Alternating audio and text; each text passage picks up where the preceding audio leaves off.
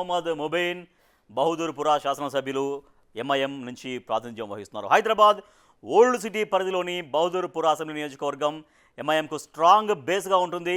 ఇక్కడ గత ఎన్నికల్లో 49.96% పోలింగ్ మాత్రమే నమోదైంది, అంటే 50% లోపే నమోదైంది. మొహమ్మద్ ముబీన్కు 89,451 ఓట్లు రాగా బీఆర్ఎస్ అభ్యర్థి మీర్ ఇనాయత్ అలీ భాక్రీకి 22,426 ఓట్లు వచ్చాయి. మొత్తంగా 67,025 ఓట్ల భారీ మెజారిటీతోటి మొహమ్మద్ ముబీన్ విజయం సాధించారు. ఆ ఎన్నికల్లో ఆయన రాబట్టుకున్న ఓట్ షేర్ ఎంత అంటే 62.24%. మరి గత 19 నెలల్లో బహదూర్పురాలో ఏం మారింది? మొహమ్మద్ ముబీన్కి జనం ఎంత స్కోర్ ఇచ్చారు?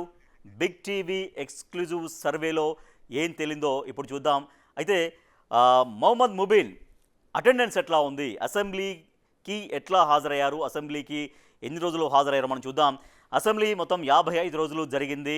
సో దాంట్లో 54 రోజులు హాజరయ్యారు. ఒక ఫుల్ అటెండెన్స్ చెప్పొచ్చు, ఒక రోజు మాత్రమే అక్కడ అబ్సెంట్ ఉంది అనేది. సో ఒక మంచి హాజరైతే మనం చెప్పుకోవచ్చు.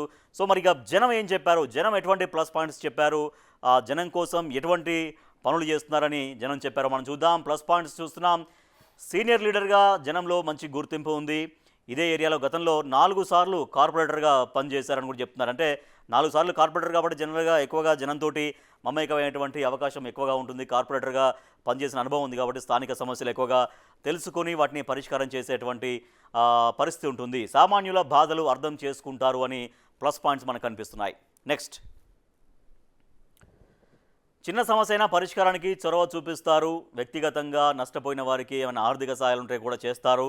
నిరుద్యోగుల కోసం సొంతంగా జాబ్ మేళాలు అనేది చాలా ఇంపార్టెంట్. ఎందుకంటే ఒక జాబ్ మేళాలు నిర్వహించడం ద్వారా అక్కడ యువత, అంటే నైపుణ్యం గల యువతకు ఉద్యోగ ఉపాధి అవకాశాలు ఎక్కువగా అందించేటువంటి అవకాశం ఉంటుంది. కాబట్టి జాబ్ మేళాలు కూడా ప్లస్ పాయింట్గా కనిపిస్తూ ఉన్నాయి. నెక్స్ట్, ముబీన్కు పార్టీ క్యాడర్ గట్టి సపోర్ట్ ఉంది. డాక్టర్ మన్మోహన్ సింగ్ ఫ్లైఓవర్ ప్రారంభం కావడం. డాక్టర్ మన్మోహన్ సింగ్ ఫ్లైఓవర్ అంటే జూ పార్క్ నుంచి ఆరాంఘర్ వరకు ఉంటుంది. అది 4 కిలోమీటర్ల కంటే పైన పొడవున్నటువంటి ఒక ఫ్లైఓవర్ని ప్రారంభించారు. అది హైదరాబాద్లో అతి పొడవైనటువంటి 2వ ఫ్లైఓవర్. అతి పొడవైన ఫస్ట్ ఫ్లైఓవర్ ఏంటంటే పివి నరసింహారావు ఎక్స్ప్రెస్ హైవే. అది ఎయిర్పోర్ట్కి వెళ్ళేటువంటి మెహదీపట్నం నుంచి స్టార్ట్ అయ్యి ఆ ఎయిర్పోర్ట్కి వెళ్ళేటువంటి ఆరాంఘర్ వరకు ఉంటుందో అది అత్యంత పొడవైనటువంటి ఫ్లైఓవర్. అది 11 కిలోమీటర్లకు పైన ఉంటుంది. సో హైదరాబాద్లో 2వ అతిపెద్ద ఫ్లైఓవర్ ఇది 4 కిలోమీటర్లకు పైన ఉంటుంది. ఇది జూ పార్క్ నుంచి ఆరాంఘర్ లింక్ చేస్తుంది. అక్కడ ట్రాఫిక్ సమస్యలు పూర్తిగా తొలగిపోయినాయని చెప్పొచ్చు. ఇవన్నీ కూడా ప్లస్ పాయింట్స్గా కనిపిస్తున్నాయి. నెక్స్ట్, బహదూర్పురాకు 200 కోట్లతో రోడ్లు వేసేటువంటి ప్రణాళిక, అది కూడా ప్లస్ పాయింట్స్గా మనకు కనిపిస్తున్నాయి. ఇక మైనస్ పాయింట్స్ ఏంటి, ముబీన్కి ఏం చెప్పారు మైనస్ పాయింట్స్ ముబీన్ గురించి? ప్రభుత్వాధికారులపైన దురుసుగా ప్రవర్తిస్తారు అనేది ఒక మైనస్ పాయింట్ అనేది. తర్వాత మీరాలం చెరువు భూముల కబ్జా ఆరోపణలు ఆయన పైన కబ్జా చేశారనే ఆరోపణలు ఉన్నాయి. అయితే అక్కడ హైడ్రా వచ్చి కూల్చివేస్తే ఆ కూల్చివేతల్ని అడ్డుకోవడం అనేది కూడా ఆయన ఆక్రమణలకు పాల్పడ్డారన్నటువంటి విమర్శలు కూడా ఎక్కువగా తర్వాత వినిపించినాయి. హైడ్రా వచ్చి ఆ నిర్మాణాలను కూల్చేస్తే ఆయన అడ్డుపడ్డారు. అట్లా చెరువులను మొత్తం చెరువు భూములు కబ్జా చేశారన్నటువంటి ఆరోపణలు ఎదుర్కొంటూ ఉన్నారు. నెక్స్ట్, హైడ్రా నోటీసులకు రియాక్ట్ కాకపోవడం, తర్వాత గత ఎమ్మెల్యే చేసిన అభివృద్ధిని తనదిగా చెప్పుకోవడం. సో గతంలో చేసినటువంటి అభివృద్ధి తన అకౌంట్లో వేసుకుంటారనేది మైనస్ పాయింట్స్గా కనిపిస్తున్నాయి. బట్ ఎవరు చేసినా కూడా ఆ అభివృద్ధిని మాత్రం కొనసాగించాల్సినటువంటి అవసరం కూడా ఉంటుంది.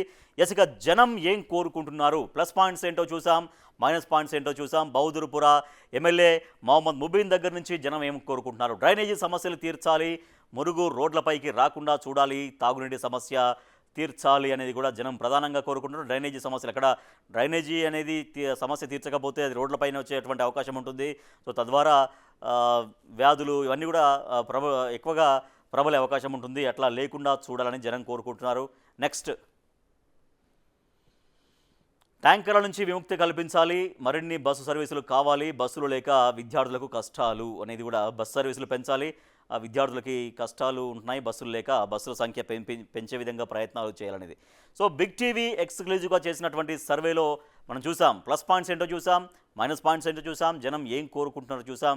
So big TV survey result ఏందో కూడా ఒకసారి మనం చూద్దాం. రిజల్ట్, బిగ్ టీవీ రిజల్ట్ చూసినాం. స్కోర్ రూపంలో అనుకూలం 50% బాగానే కనబడుతోంది, వ్యతిరేకం 20% తక్కువగానే ఉంది, తటస్థం 30%. సో 50, 20, 30. సో అనుకూలం అంటే మనం అనుకూలాన్నే మనం ప్రామాణికంగా తీసుకుంటాం కాబట్టి అనుకూలం అయితే పర్వాలేదుగా కనబడుతోంది.